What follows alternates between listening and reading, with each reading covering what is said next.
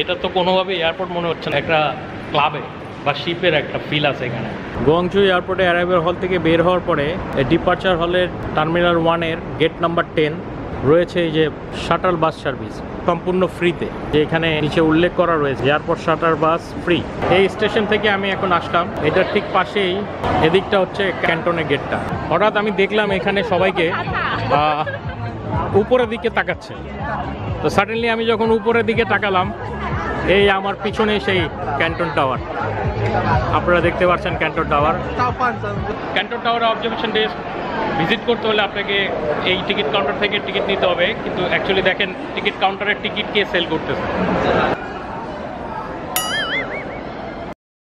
মুসাফিরে বন্ধুরা, কেমন আছেন আপনারা?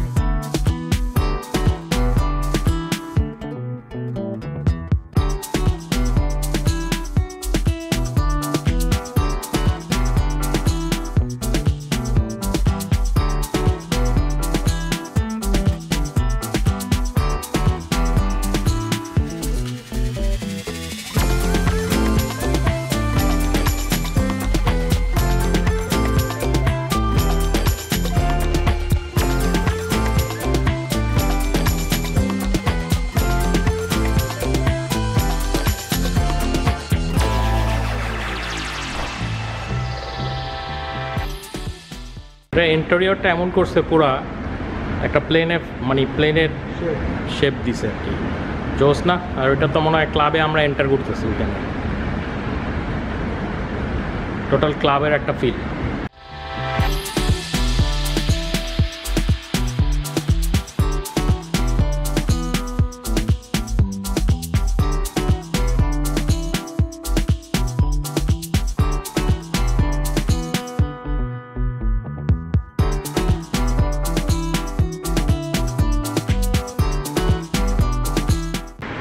এটা তো কোনোভাবে এয়ারপোর্ট মনে হচ্ছে না, কোনো এয়ারপোর্টে আমরা যাচ্ছি, একটা ক্লাবে বা শিপের একটা ফিল আছে এখানে, ভালো ইন্টেরিয়র করছে। এটা আমাদের ব্রেকফাস্ট, দুইটা বড় কোক, আর এটা পাই টাইপে কি এগ পাই কি দেখা যাচ্ছে, আর দুইটা গ্রিলের বার্গার।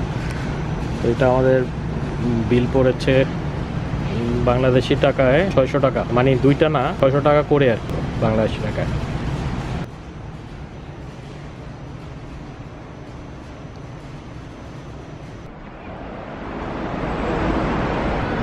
তো আমরা এখন আছি টার্মিনাল 2-তে।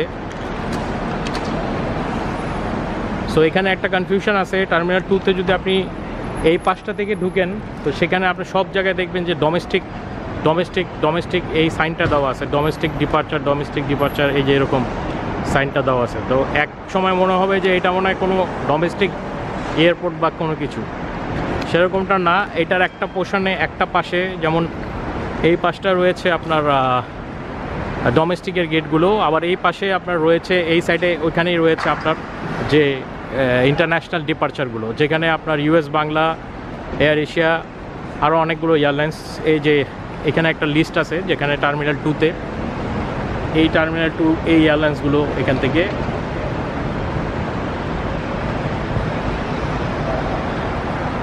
গুয়াংজু এয়ারপোর্টে অ্যারাইভাল হল থেকে বের হওয়ার পরে এই ঠিক এই ডিপার্চার হলের টার্মিনাল 1-এর গেট নাম্বার 10, এই 10-এর ঠিক পাশেই রয়েছে এই যে শাটল বাস সার্ভিস। এই শাটল বাস সার্ভিসটা আপনাকে টার্মিনাল 1 থেকে 2-তে এবং 2 থেকে 1-এ নিয়ে আসবে সম্পূর্ণ ফ্রিতে, যে এখানে নিচে উল্লেখ করা রয়েছে এয়ারপোর্ট শাটল বাস ফ্রি। আর বাসটা ঠিক এই গেট নাম্বার 10-এর পাশে, ঠিক এখানটায় শাটল বাসটা আসে। এই মুহূর্তে হয়তো কোনো বাস নাই, এখানটায় বাসটা থামে।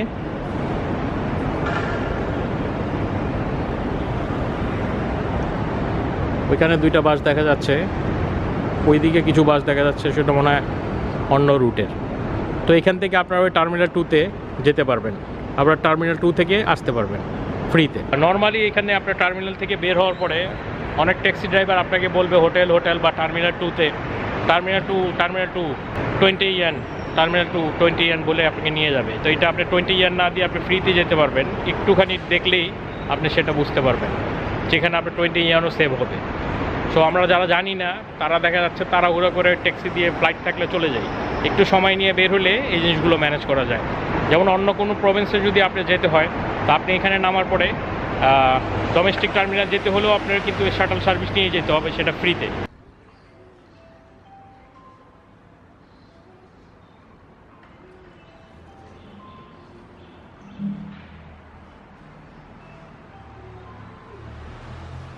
বন্ধুরা, এই হোটেলটি আমি বুক করেছি 4 রাতের জন্য। আপনারা এটা উপভোগ করুন, আর পাশাপাশি আমি ইমিগ্রেশন আর বিস্তারিত ইনফরমেশন দিয়ে যাচ্ছি আপনাদের। ঢাকা এয়ারপোর্টে দেখলাম অনেককে জিজ্ঞেস করছিল কত ডলার ক্যারি করছে তারা। এর মধ্যে অনেকে মনে হয় কম ছিল ডলার, তাদেরকে পরবর্তীতে আমি ফ্লাইটে দেখিনি, হয়তোবা তাদেরকে বোর্ডিং পাসই দেওয়া হয়নি। কারণ হিসাবে তারা বলল সাফিসিয়েন্ট ফান্ড না থাকা কারণে অনেকেই গুয়াংজু এয়ারপোর্ট থেকে ডিপোর্ট করছে, যেখানে বিমানের লস হচ্ছে তাদেরকে ফেরত আনাতে। তো তারা অনেককেই জিজ্ঞেস করছে। আর গুয়াংজু এয়ারপোর্টেও দেখলাম 2-3 জনকে, তারা অনেকে বলল যে কার্ডে ডলার ক্যারি করছে। ইমিগ্রেশন অফিসারকে দেখলাম সাথে করে নিয়ে দেখছে তাদের সাফিসিয়েন্ট ফান্ড সেখানে বাংলা টাকায় কনভার্ট করে ডলারে কত আসে ব্যালেন্স দেখছে। তো আমি নিজেও দেখলাম একজন প্যাসেঞ্জারকে, পরবর্তীতে আমি তাকে সেই প্যাসেঞ্জারকে জিজ্ঞেস করেছিলাম যে কী হয়েছিল সেখানে। সে আমাকে বলেছিল যে আমার ব্যালেন্স দেখেছে, তারা পর্যাপ্ত পরিমাণ ব্যালেন্স পাওয়াতেই আমাকে ইমিগ্রেশন ক্রস করতে দিয়েছে। তো এই সময় যারা চায়না যাবেন বা যেতে চাচ্ছেন তাদেরকে আমি অ্যাডভাইস করব অ্যাটলিস্ট দিন হিসাব করে $50 প্রতিদিন হিসাব করে। যেমন ধরুন আপনি যদি 7 দিন থাকেন তাহলে $350, আর কোনো কারণে যদি আপনার রিটার্ন ফ্লাইটটা মিস হয়ে যায় সেক্ষেত্রে আরও $350। মানে আপনাকে তো তখন টিকিট কিনতে হবে, সেই পরিমাণ পর্যাপ্ত টাকা তো আপনার থাকতে হবে। যেহেতু আপনার কার্ড যদি সেখানে কাজ না করে, আপনি কার্ডের উপর বেস করে গেলে তো সিকিউরড না এটা। তো সেক্ষেত্রে আপনি $800 থেকে $1000 টো মানি বলেন বা আপনার এক্সপেন্ডের মানি হিসাবে বলেন আপনি দেখাতে পারেন, আর আপনার কাছে রাখতে পারেন। সেটা আপনি খরচ করেন বা নাই করেন বা ফেরত নিয়ে আসেন, সেটা আপনার ইচ্ছা, কিন্তু আপনি এটা রাখাটা আমি বেটার মনে করি। ল্যান্ডিং গেট থেকে বের হয়ে ইমিগ্রেশনের দিকে যাওয়ার বেলায় কম্পিউটারে আপনার পাসপোর্টের যাবতীয় ইনফরমেশন দিয়ে ফিঙ্গারপ্রিন্ট দিতে হয়। ফিঙ্গারপ্রিন্ট দিলে এরকম একটা ভাউচার বের হয়ে আসে। ভাউচারটা নিয়ে ইমিগ্রেশনে যাওয়ার পর কোনো কাজেই লাগেনি। আবার ইমিগ্রেশনে আমার ফিঙ্গারপ্রিন্ট নিয়েছে, যে 2 বার আমার ফিঙ্গারপ্রিন্ট দিতে হলো, একটু কনফিউশন। আর অ্যারাইভেল কার্ডটা আপনি প্লেনেই পেয়ে যাবেন, সেটাকে আপনাকে ফিল আপ করতে হবে as usual. Gender, giving name, nationality, date of birth, আর পাসপোর্ট নাম্বার, ভিসা নাম্বার, যাবতীয় জিনিস আপনাকে এখানে ফিল আপ করতে হবে। আর এটা অপোজিটেও কিছু ইনফরমেশন আছে, যেখানে আপনি চাইনিজ কাউকে লোকালি চেনেন নাকি, বা রিটার্ন টিকিট আপনার কোন দেশে, বা অনওয়ার্ড টিকিট কি আছে নাকি, এই আর কি ইনফরমেশন দিয়ে আপনি সাইন করতে হবে। অ্যারাইভেল কার্ডে 2টা অংশ, মাঝখান থেকে ছিঁড়ে তারা একটা অংশ রেখে দিবে আর বাকিটা আপনাকে দিয়ে দিবে, যেটা আপনারা এখন স্ক্রিনে দেখতে পাচ্ছেন।